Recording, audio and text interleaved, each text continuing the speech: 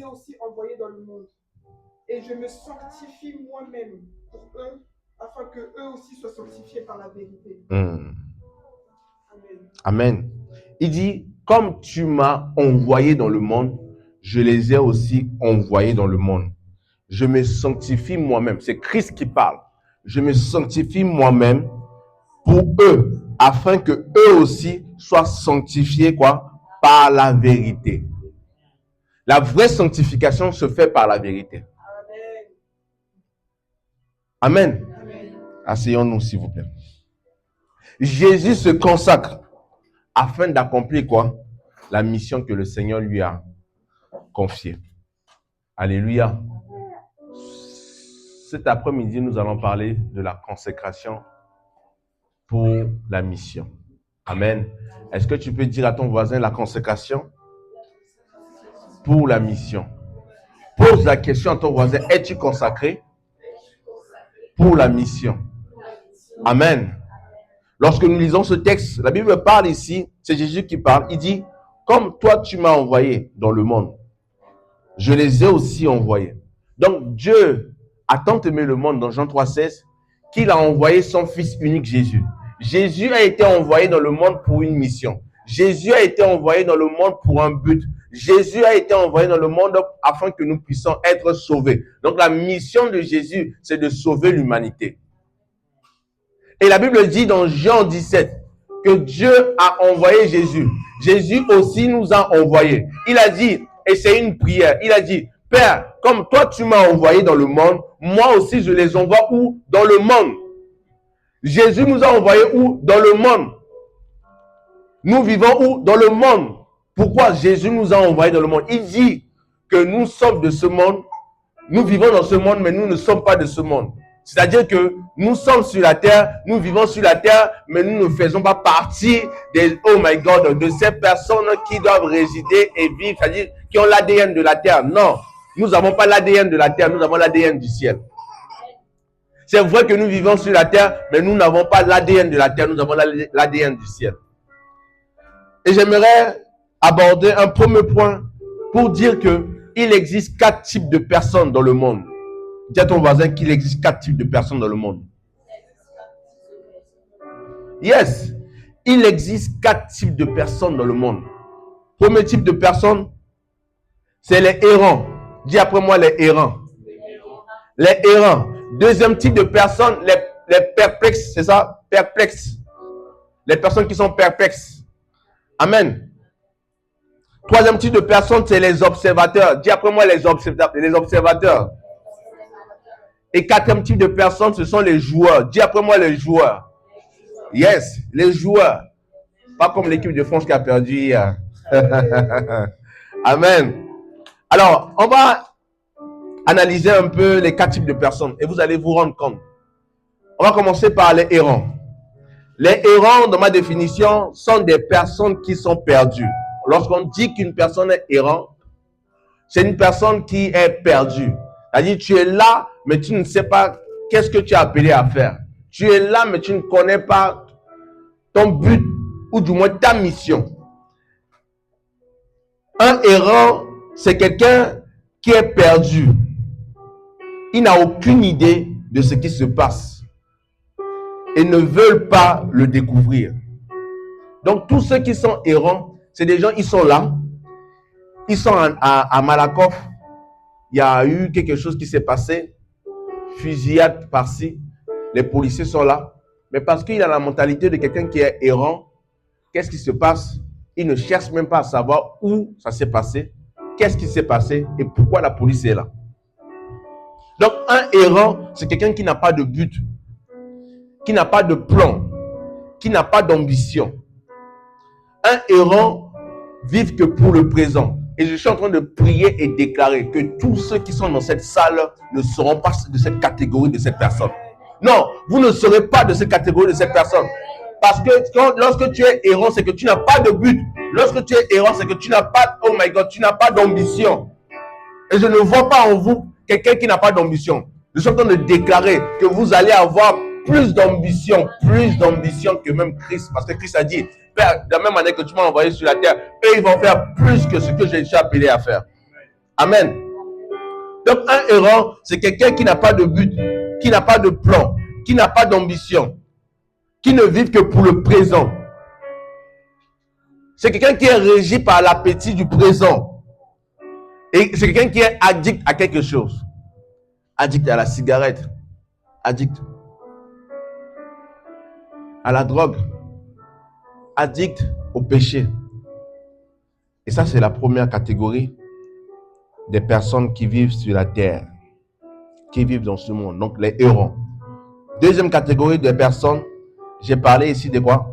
Des perplexes. C'est ça? Perplexes. Les perplexes sont des personnes qui se trouvent sur le parking à l'extérieur du stade et se jouent le jeu de la vie. C'est-à-dire, c'est des personnes, ça c'est ma définition ici, c'est-à-dire que tu vas au stade pour voir le match, ou du moins pour jouer parce que tu es joueur, mais toi, tu préfères aller rester dans le parking et rester dans la voiture. C'est ça les perplexes. C'est comme si on vous a envoyé sur la terre pour une mission. Tu connais ta mission, tu as ton cahier de charges, mais tu décides de t'asseoir et de dormir à la maison. Alléluia. J'ai noté ici que les perplexes, ils entendent des sons. Ils savent que quelque chose se passe, mais ils s'interrogent. Ils passent toute leur vie à se poser des questions. Tu te poses des questions. Tu fais que seulement te poser des questions. Tu fais que seulement te poser des questions. Mais tu ne prends pas la résolution d'avancer. Tu ne prends pas la résolution de chercher Dieu. Tu ne prends pas la résolution d'aller dans la présence de Dieu et de demander au Seigneur, Père, qu'est-ce que tu m'as appelé à faire? Qu'est-ce que tu m'as appelé à faire? C'est quoi ma mission? C'est quoi ce son que j'entends? Amen. Et ça, c'est des perplexes. Donc, dans ce monde-là, il y a 4 types de personnes. Et ceux-là, la deuxième catégorie, c'est-à-dire bon, je vais continuer comme ça, vous allez voir. Vous allez mieux comprendre. Donc là, on a vu quoi? Les perplexes. Ensuite, j'ai parlé de quoi? Des observateurs. En troisième position. Quels sont les observateurs? Les observateurs sont comme des spectateurs. Ils sont assis dans des tribunes et ils observent. Les observateurs regardent les autres jouer au jeu de la vie. Les observateurs n'aiment pas faire des efforts. Les observateurs préfèrent regarder. Et même, ils peuvent même rêver. Mais ils ne vont jamais atteindre le but. Et vous allez vous rendre compte que sur la terre, il y a beaucoup de personnes qui sont comme des observateurs. C'est-à-dire, ils sont sur la terre, ils sont confrontés à des difficultés, à des challenges de la vie. Au lieu de se lever, aller chercher Dieu dans la prière pour que le Seigneur puisse décompter la situation, ils sont là en train d'observer leur vie, en train d'observer la situation. Bien aimé, ce n'est pas en observant la situation que ta situation va changer. Ce n'est pas en restant assis que ta situation va changer. Mais c'est en te mettant debout et chercher Dieu dans la prière pour que la situation puisse changer. Nous ne devons pas faire partie de ces catégories de personnes qui sont comme des observateurs. Ils observent la vie. Ils observent les défis. Ils observent les challenges. Mais ils n'ont pas leur mot à dire. Ça ne sera pas ton cas dans le nom puissant de Jésus. Parce que la Bible déclare que tout pouvoir nous a été donné dans les cieux et sur la terre. Et ce que nous lions sur la terre sera lié dans les cieux. Parce que Dieu t'a donné le pouvoir de dominer. Il t'a donné le pouvoir de déclarer. Il a dit, tout ce que vous demanderez en mon nom, croyez que vous l'avez reçu et vous le verrez quoi s'accomplir. Il y a une puissance dans la parole. Yes, il y a une puissance dans la parole. Pas n'importe quelle parole. C'est la parole de Dieu, oh my God, ajoutée à ta parole. Lorsque tu déclares et que tu décrètes, tu vas voir des situations changer. Donc nous devons faire partie des observateurs. Alléluia. Et la 4e catégorie de personnes qui se trouvent dans ce monde, ce sont les joueurs. Amen. Est-ce qu'il y a-t-il des joueurs en Christ ici dans cette salle? S'il y a des joueurs en Christ, faites du bruit. Alléluia. Les joueurs sont des personnes qui ont découvert leur but. Les joueurs sont des personnes qui deviennent le meilleur, du moins les meilleurs dans leur mission. Dieu t'a distingué pour faire quelque chose et tu deviens meilleur dans cette chose. Tu deviens meilleur, oh my God, dans la voie que Dieu t'a tracée. C'est ça les joueurs. Amen. C'est pour cela que l'apôtre Paul dit que nous tous, nous courons une course pour remporter quoi? Le prix. On a un but à atteindre. On a un objectif. Et nous devons être des joueurs. Et lorsque Dieu nous a créés, il nous a placés sur la terre, c'est pour que nous puissions être des joueurs. Nous devons courir. Nous devons faire la volonté de Dieu. Nous ne devons pas être des observateurs. Nous ne devons pas être des personnes qui dorment, mais des personnes qui se réveillent. Amen. Parce que les joueurs, c'est des gens qui font bouger les choses. J'ai besoin des joueurs à l'église. J'ai besoin des hommes et des femmes qui sont capables de bouger les choses, qui sont capables de prendre des décisions, qui sont capables de changer, my God, la situation.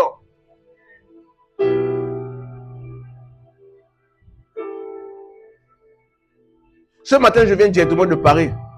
Mais mon cœur est dans la joie parce que quand je suis arrivé, j'ai vu comment vous avez dirigé la prière. J'ai vu comment les choses se sont faites derrière moi. Mais je bénis Dieu parce que Dieu nous a donné des joueurs. Des hommes et des femmes qui sont capables de bouger les choses.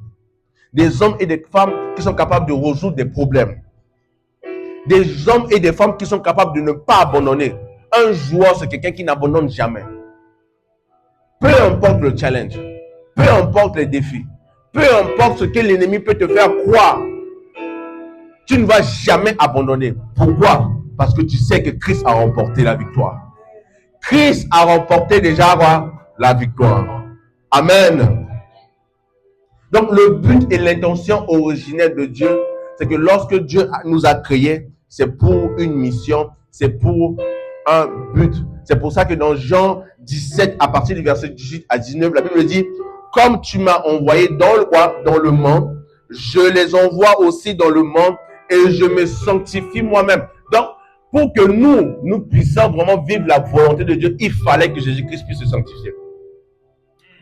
La sanctification est prioritaire dans la consécration. Quelqu'un qui se dit qu'il est consacré à Dieu, mais qui ne se sanctifie pas, ce n'est pas une consécration. Parce que la sanctification va aller de pair avec la consécration. Jésus-Christ s'est sanctifié afin que nous puissions être sanctifiés. Par quoi? Par la vérité. My God. Il dit, je me suis sanctifié. Il a pris la résolution de se sanctifier. Afin que nous puissions marcher dans la vérité. Afin que nous aussi, nous puissions être sanctifiés. Donc, premier exemple de personne que j'aimerais vous donner ici par rapport à la consécration pour une mission, c'est Jésus-Christ. Jésus-Christ a été consacré pour sauver l'humanité. C'est pour cela dans Luc 4, à partir du verset 18 à 19, Jésus-Christ va donner maintenant l'objet de sa venue sur la terre. Il va dire, l'Esprit du Seigneur est sur moi parce qu'il m'a oint pour annoncer la bonne nouvelle aux pauvres. Donc la mission première de Jésus, c'est d'annoncer la bonne nouvelle aux pauvres, d'annoncer le royaume des cieux. My God. La deuxième mission de Jésus, c'est de guérir les malades. La troisième mission de Jésus, c'est de délivrer les captifs. La quatrième mission de Jésus, c'est de donner sa vie pour le salut du monde. Il dit, l'Esprit du Seigneur est sur moi. Luc 4, 18 à 19. Il donne ici sa mission. Chaque personne a une mission. Tu es un pour. Dieu ne donne pas l'onction pour que tu puisses rester à la maison, manger du popcorn. Dieu te donne l'onction, c'est pour que tu puisses être la solution à des problèmes. Dieu te donne l'onction, c'est pour que lorsque tu es au travail, tu trouves des idées pour apporter la solution. Yes, Antoine. Tu peux être au stage, mais Dieu te donne l'onction. L'onction est sur toi, te donne la sagesse de trouver des solutions, de proposer des solutions, de te distinguer, comme Daniel. Alléluia. C'est pour cela qu'il faut demander à Dieu. Seigneur, je ne me limite pas que ce moment-là. Je veux plus. Je veux la sagesse. Je veux l'intelligence afin de me distinguer dans mon entreprise. Cela est possible.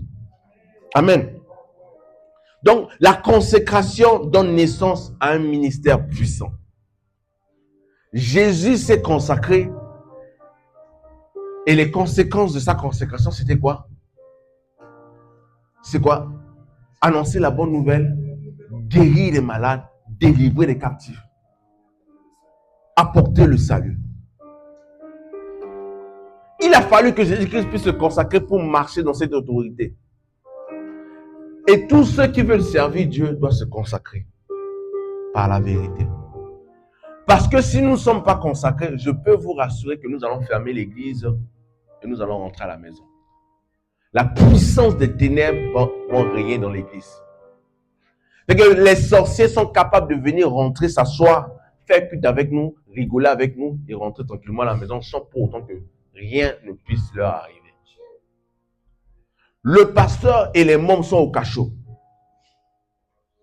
Ils sont tous en prison. Parce qu'il n'y a pas la puissance. Mais je suis en train de prier que cela ne sera pas notre partage. Dans le nom puissant de Jésus.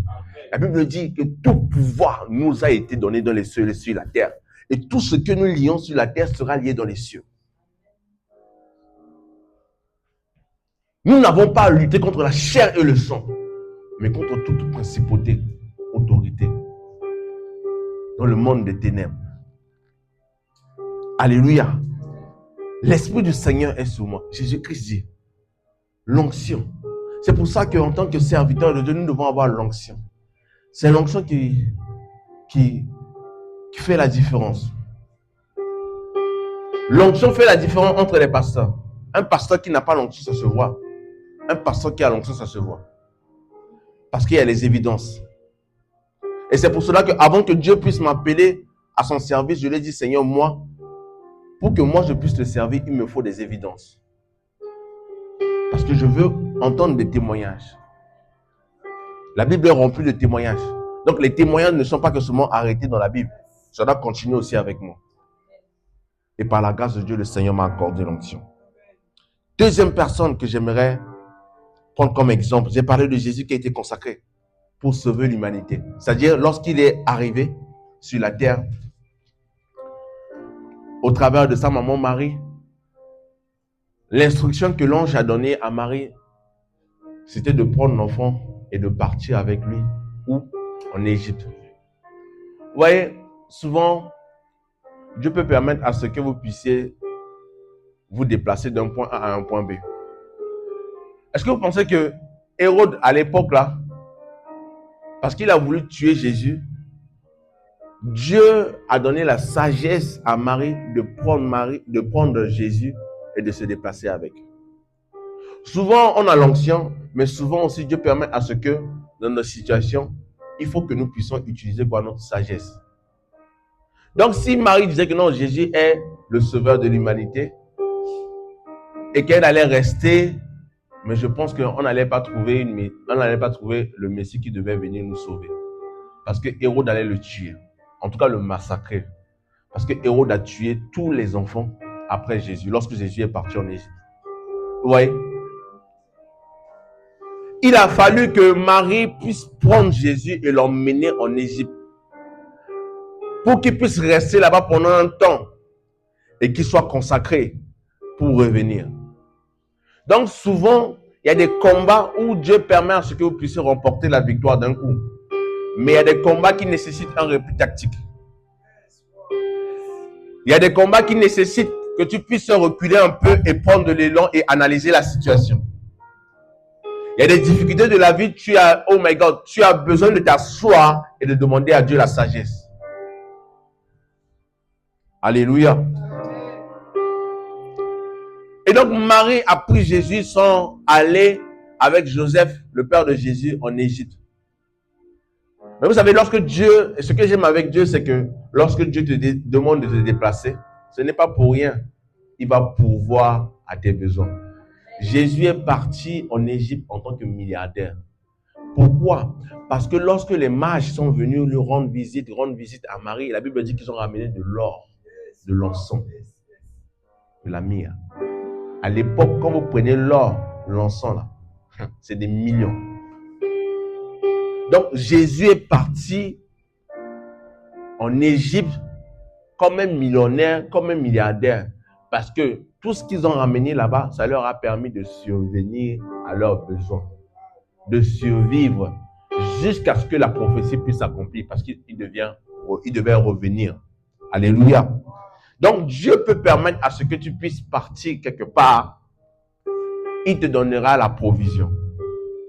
Mais lorsque il ne t'a pas encore donné la provision, mais tu te précipites pour aller, parce qu'il t'a dit d'aller, tu risques de contrecarrer la prophétie. Parce qu'une prophétie est accompagnée d'une instruction. Une prophétie qui n'est pas accompagnée d'une instruction va te perdre. Pourquoi? Parce qu'on va te dire que tu seras comme ça. Ok, mais quelle est la parole de sagesse? La parole de sagesse, c'est quoi? C'est qu'avant d'être comme ça, il y a un style de vie à mener. Est-ce que je me fais comprendre? Si quelqu'un libère sur vous une parole prophétique, il peut dire quelque chose qui va venir. Mais donc, si vous donnez aussi la parole de sagesse, pas nécessaire, c'est pas, le plus souvent, c'est pas automatiquement. Mais il y a des paroles prophétiques lorsqu'on libère sur vos vies. Ça nécessite une parole de sagesse pour savoir qu'est-ce qu'il faut faire. C'est pour cela que lorsque l'ange Gabriel est venu voir Marie et a dit que tu vas concevoir un enfant qui sera appelé quoi? Jésus. Il sera le Messie et c'est lui qui sauvera quoi? Son peuple. Marie va dire maintenant à l'ange Gabriel comment cela va se faire. Quand Dieu vient vous visiter dans vos songes, quand Dieu vient vous visiter dans vos rêves, Dieu vous donne une parole, posez-lui la question, Seigneur, comment cela va se faire? Alléluia. Et donc, Dieu a permis à ce que les mages puissent venir avec de l'or, de l'encens vers Jésus. Pourquoi? Parce que Jésus devait aller en Égypte. Et pour aller en Égypte, il faut payer un péage. Il faut aller en Égypte, il faut trouver un local, une maison, un appartement. Il faut trouver de quoi manger pendant plusieurs années jusqu'à la mort de Hérode. Souvent, Dieu peut permettre à ce que vous puissiez vous déplacer jusqu'à la mort de votre ennemi, jusqu'à la mort de celui qui est en train de vous persécuter. Parce qu'il sait que si vous restez là où se trouve cette personne-là, puisque cette personne est puissante spirituellement, vous risquerez quoi? De mourir. C'est pour cela qu'il faut faire très attention. Le monde spirituel, ce n'est pas un monde de bébés. Yes. Quand tu sais que tu es dans une famille où il y a beaucoup de sorciers, tu dois élever le niveau spirituellement. Moi, aujourd'hui, je ne peux pas me lever et partir dans mon pays en Centrafrique si je ne me suis pas préparé spirituellement. Je sais que si... D'ailleurs, je vais vous raconter quelque chose. Quand je suis arrivé là-bas en 2022, on m'a invité pour une conférence. Il y avait 700 jeunes. Le premier jour où je suis atterri en Centrafrique, la nuit, quand je dormais, j'ai été visité. C'est-à-dire qu'il y avait une toute petite pluie comme ça. L'éclair est rentré dans ma chambre. Et quand l'éclair est rentré dans ma chambre, là, j'ai vu comme s'il y a une personne qui était derrière. Et c'est rentré comme ça. Et je me suis levé en sursaut. Nom de Jésus. Commencé à prier en langue. Et l'éclair est sorti. Donc, ils étaient venus pour me saluer. Ben yes! Parce que le lendemain, c'était terrible. Il fallait voir ce qui est arrivé lors de la conférence. Non, c'était fort. Donc, le premier jour, là, ils sont venus me rendre visite. Et ça m'a permis de prier en langue jusqu'au matin. J'ai prié en langue jusqu'au matin. Après, je suis parti prendre ma douche, me préparer pour aller à la conférence. Mais arrivé à la conférence, ce qui s'est passé,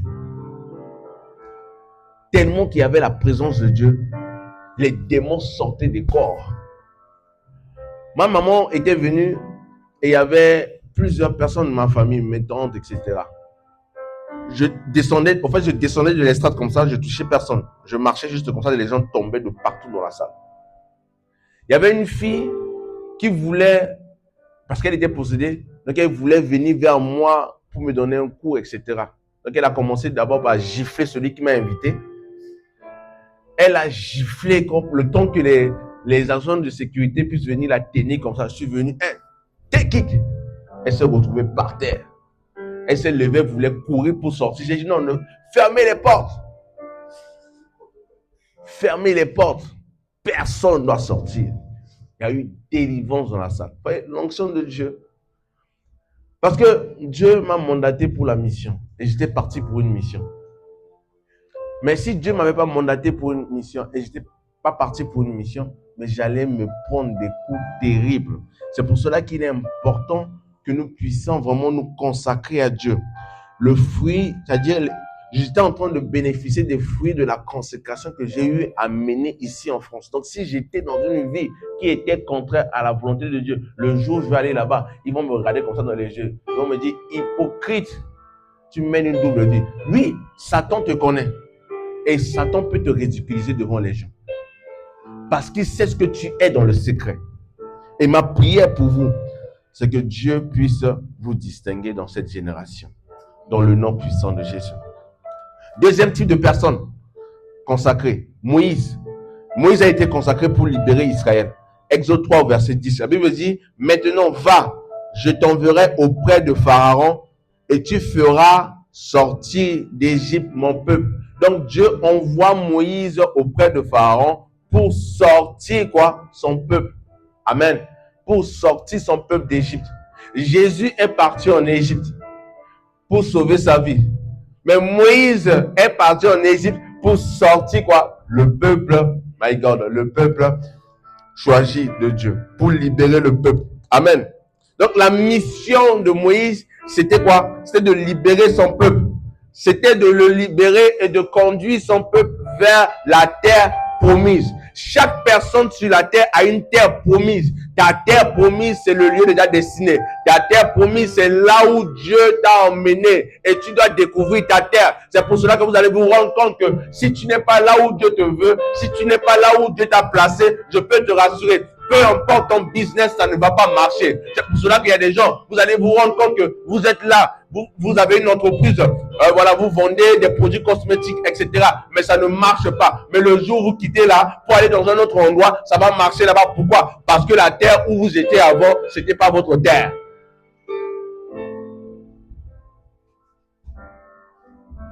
Amen. Et ça, c'est des réalités spirituelles. C'est comme aujourd'hui, il y a beaucoup de chrétiens qui sont dans des églises qui ne sont pas leur église. Ce n'est pas là où Dieu te veut. Tu le sais. Mais tu résistes. Mais plus tu résistes, plus tu bloques ta destinée. Moi, je suis même l'exemple même pour vous témoigner. Lorsque Dieu m'a appelé à le service, c'est depuis le ventre de ma mère. Quand je suis sorti, je servais Dieu, mais après je suis reparti dans le monde, j'avais des amis. C'était difficile pour moi de me séparer de mes amis. Mais Dieu m'a humilié pour que moi-même je puisse prendre conscience que c'était le temps pour moi de me séparer de mes amis. Amen.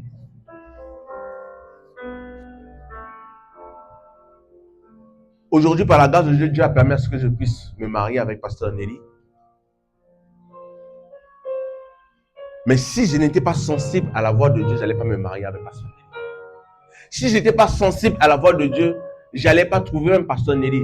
Parce que c'était selon l'instruction de Dieu que je devais quitter la ville où je me trouvais. Donc si je n'étais pas parti de cette ville-là, si je n'étais pas parti de l'église où je me trouvais, je n'allais pas rencontrer Pasteur Nelly.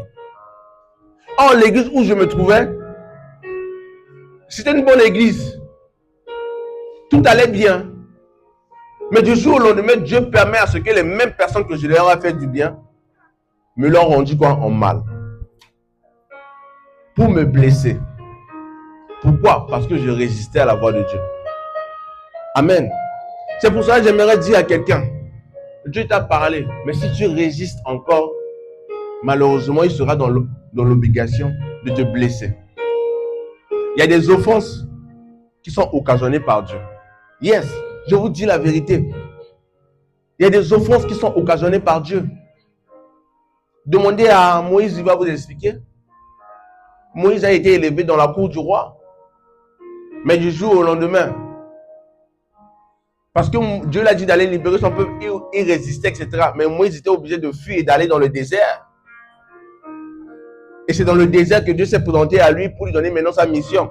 Or lui, il savait que là où il se trouvait, dans la cour du roi, c'était pas son truc. Et pourtant, il a été éduqué là-bas. Il a appris la langue. Il est quoi? Prince. Il avait tout. Mais il y avait quelque chose au-dedans de lui.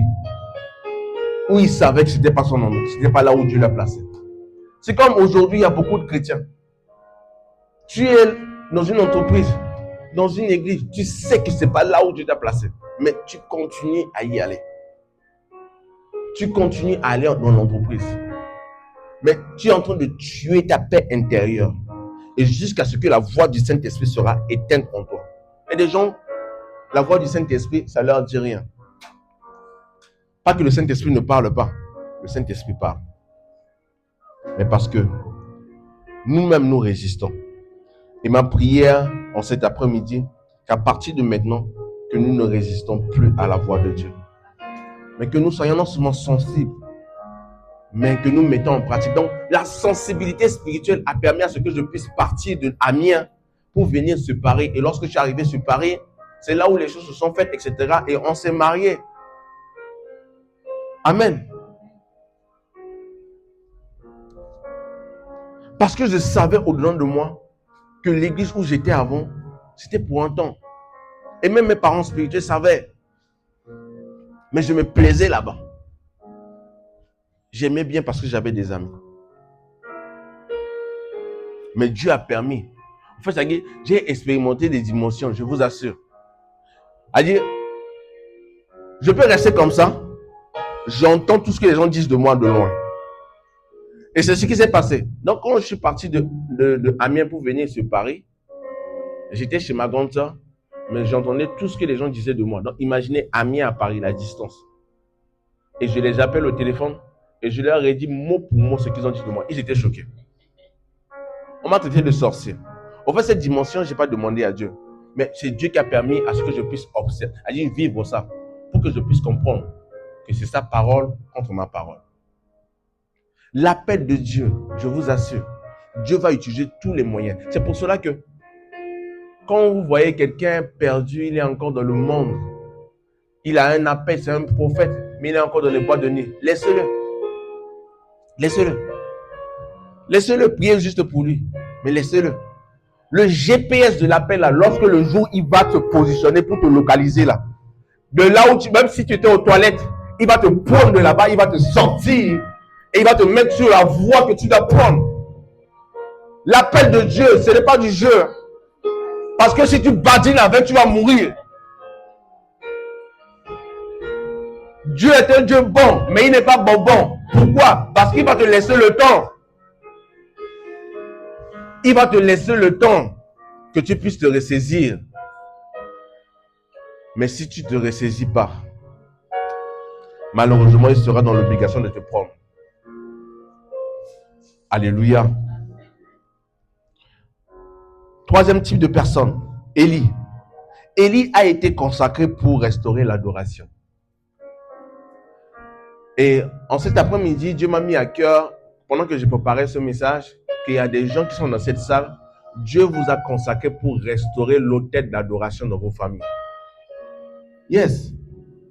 En fait, c'est-à-dire que le fait que vous êtes dans vos familles, c'est pour restaurer l'autel d'adoration envers Dieu. Pourquoi? Parce que dans votre lignée, il y a quelqu'un qui a touché à des fétiches.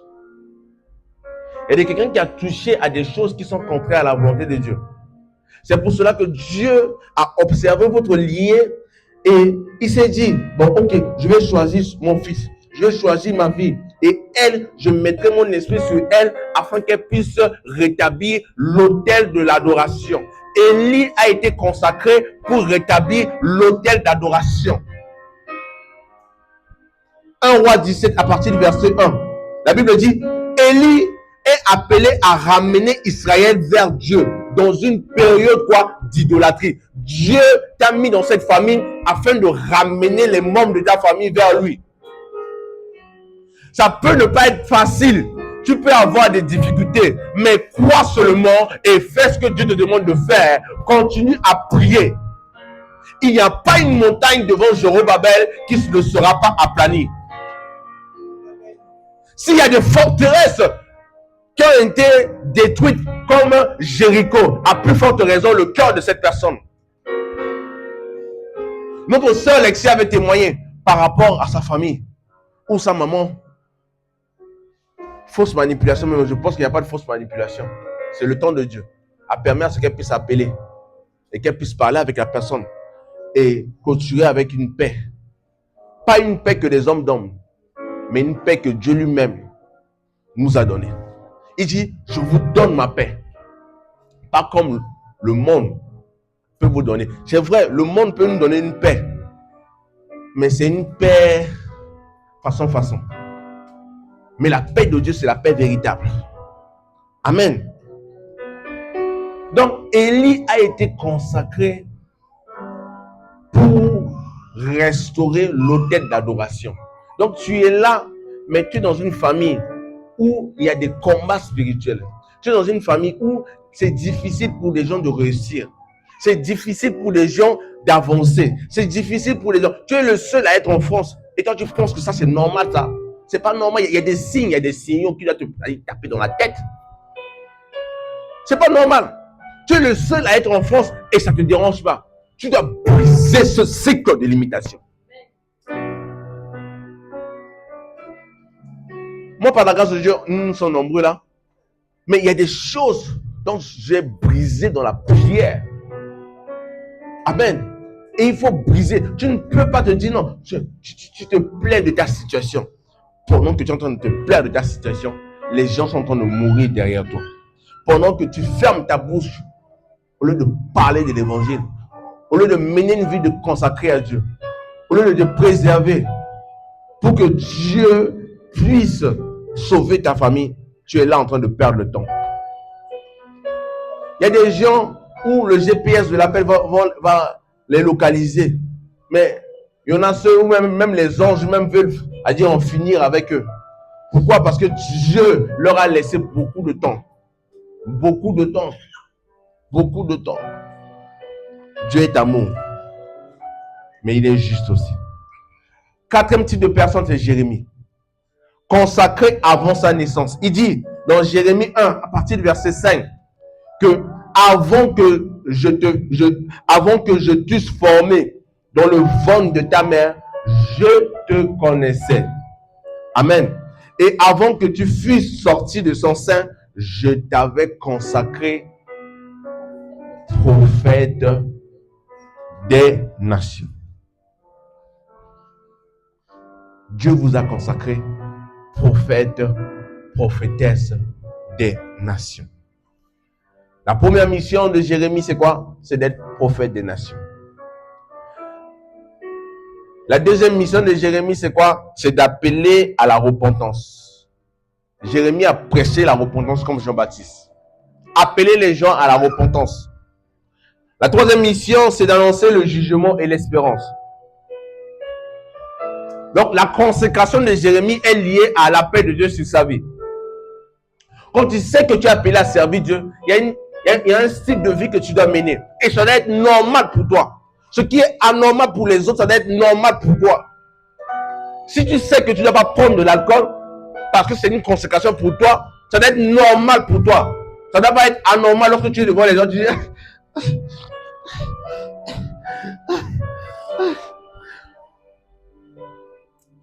Tu prends un peu et après tu fais comme si rien n'était. Mais les anges t'ont vu.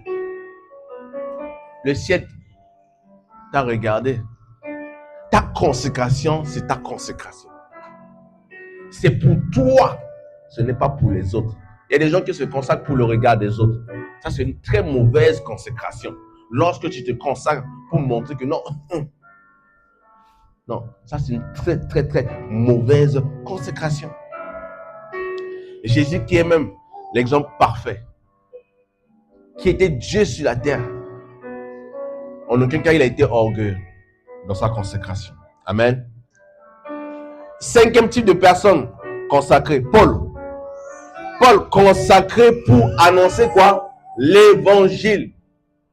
Paul a été consacré pour annoncer l'évangile. Il va dire dans Galates 1 à partir du verset 15 à 16, Dieu m'avait pris dans le sein de ma mère afin que j'annonce, oh my God, j'annonce l'évangile parmi les païens. C'est dans Galates 1 à partir du verset 15 à 16. Il dit, mais lorsqu'il plut à celui quoi, qui m'avait mis à part dès le sein de ma mère et qui m'a appelé quoi, par sa grâce. Donc, my God, l'apôtre Paul va ajouter encore que Dieu m'a appelé quoi, par sa grâce. Il dit, de révéler en moi son fils, lui qui était quoi, persécuteur des chrétiens. Qui persécutait les chrétiens. C'est pour cela qu'il y a des gens, en fait, vous ne pouvez pas comprendre l'amour de Dieu. Amen. Votre ennemi là, Dieu peut l'utiliser. Paul qui persécutait les chrétiens. La Bible dit de révéler en moi quoi, son fils, afin que je l'annonce ça. Parmi quoi, les païens. Aussitôt, je ne consultais quoi, ni la chair, ni le sang. Donc, l'appel de l'apôtre Paul là, lui a dit, il est devenu comme quelqu'un qui avait, dit, la tête, il dit non, il a trop perdu du temps. Il a ni consulté ni la chair, ni le sang. Il a commencé à sortir dans les rues pour commencer à annoncer l'évangile. Il est devenu fou de Jésus. L'apôtre Paul est devenu quoi, fou de Jésus. Lorsque Jésus s'est présenté à lui, et l'a appelé par sa grâce, l'apôtre Paul est devenu quoi? Fou de Jésus. Est-ce qu'il y a-t-il des fous de Jésus en ce lieu? Est-ce qu'il y a-t-il des fous de Jésus en ce lieu? Des hommes et des femmes qui sont capables d'annoncer l'évangile avec puissance, avec force, avec autorité. Des hommes et des femmes qui sont capables de démontrer la puissance de Dieu. Lève-toi paralytique et marche. Des hommes et des femmes qui sont capables de mettre, oh my God, de montrer l'exemple parmi cette jeunesse. L'apôtre Paul a été consacré pour annoncer l'évangile, évangéliser les nations, implanter des églises, former des disciples. L'apôtre Paul a implanté des églises. Il a formé des disciples. Après avoir vécu une expérience, une rencontre avec Christ, transforme une vie en mission. Lorsque tu rencontres réellement Jésus, ta vie est transformée. Tu n'as pas besoin de chercher de gauche à droite. Tu sais que la Bible dit, dans Matthieu 28, à partir du verset 19 à 20, allez et faites de toutes les nations les disciples, en les baptisant au nom du Père, du Fils et du Saint-Esprit. Enseignez-leur tout ce que je vous ai prescrit, et je serai avec vous, oh my God, jusqu'à la fin du monde. C'est cette promesse que Dieu nous a donnée. Alléluia. Donc notre mission, c'est d'annoncer l'évangile. Si nous sommes consacrés, c'est pour annoncer la bonne nouvelle. C'est pour proclamer Jésus. C'est pour prêcher la bonne nouvelle. Prêcher Jésus autour de nous. Alléluia. Dieu peut préparer une personne très tôt pour une mission particulière. Et ici, je parle ici de Jean-Baptiste. Sixième type de personne, on va parler de 7 types de personnes. Sixième type de personne, c'est Jean-Baptiste. Jean-Baptiste consacré depuis le ventre de sa mère, comme Jérémie. Jean-Baptiste avait le même appel que Jérémie. Jean-Baptiste a prêché quoi? La repentance. Jésus, qui est devenu quoi? Un disciple de Jean-Baptiste, parce que Jean-Baptiste l'a baptisé, lui aussi il a prêché quoi? La repentance. Jésus, son tout premier message, c'est repentez-vous. Amen. Souvent, il est important de prêcher sur la repentance. Amen. Parce que c'est la repentance qui conduit les gens à Christ. Donc, Jean-Baptiste a été consacré dès le ventre de sa mère. C'est dans Luc 1, à partir du verset 15 à 17. Donc, la mission de Jean-Baptiste, c'est de préparer le chemin du Seigneur et d'appeler à la repentance.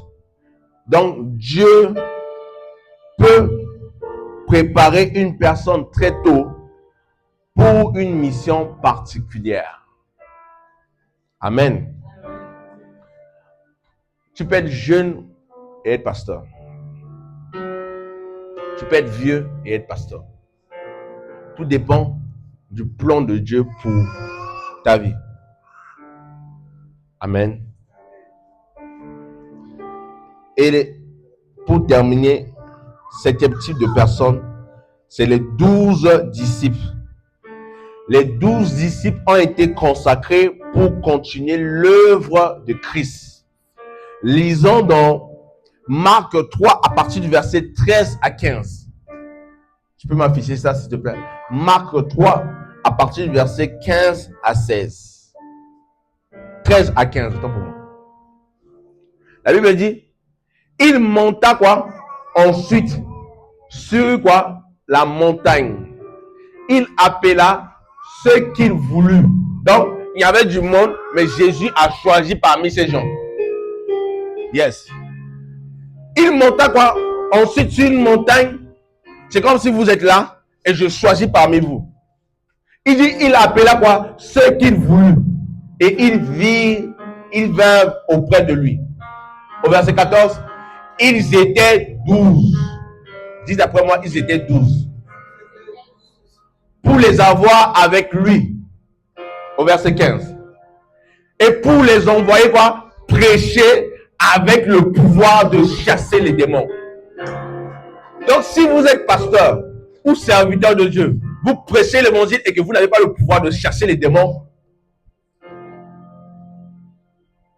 votre vie, que Dieu me pardonne, c'est de la rigolade. Yes, c'est de la rigolade. C'est pour ça que la dernière fois, il y avait un jeune qui m'a contacté de Paris. Il m'a dit, homme de Dieu, explique-moi un peu. Je vois comment Dieu t'utilise dans la délivrance, etc. Dans notre église, on ne prêche pas la délivrance. Et souvent, je me rapproche de mon pasteur pour parler un peu. Parce qu'il y a des gens qui viennent à l'église parce qu'ils ont besoin de délivrance. Ça ne se passe pas. Ils quittent l'église pour partir, etc. Pour partir. Et un jour, son pasteur a essayé de faire la délivrance. Ça n'a pas marché. Et depuis ce temps, ça a tué en lui l'ego. Il ne veut même plus entendre parler de ça. Lui, il prêche juste la parole, la parole, la parole, la parole. Mais la parole, la prière, la puissance. La parole, la prière, la puissance. C'est ça l'équation. La parole, la prière, la puissance. Donc, si tu prêches la parole, si tu pries, mais la Bible dit quoi? Est-ce que c'est moi qui ai écrit ça? La Bible dit quoi? Et pourquoi les envoyer prêcher avec le pouvoir de chasser les démons? Donc, lorsque nous avons prêché l'évangile, nous avons le pouvoir de chasser les démons. Donc, si tu ne chasses pas les démons, c'est que tu n'as pas reçu l'autorité d'aller prêcher l'évangile. Parce que tu ne peux pas aller prêcher l'évangile sans pour autant avoir l'autorité de chasser les démons. Ça va de pair. Et si tu n'as pas l'autorité, demande ça à Christ. Seigneur, donne-moi l'autorité de chasser les démons. Vous savez, Jésus aime lorsque nous lui rappelons sa parole. Seigneur, il est écrit dans Marc 3 à partir du verset 15. Tu as dit, allez, oh my God, allez prêcher l'évangile. Tu nous donnes le pouvoir de chasser les démons. Alors, Seigneur, je ne sors pas l'évangéliser. Que ce pouvoir puisse m'accompagner.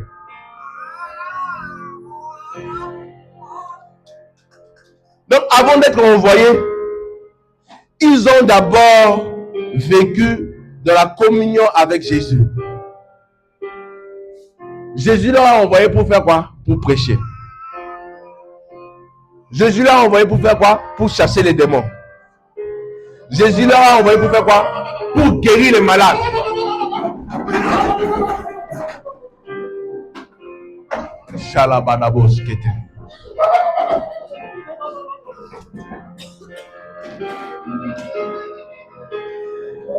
Restez en prière.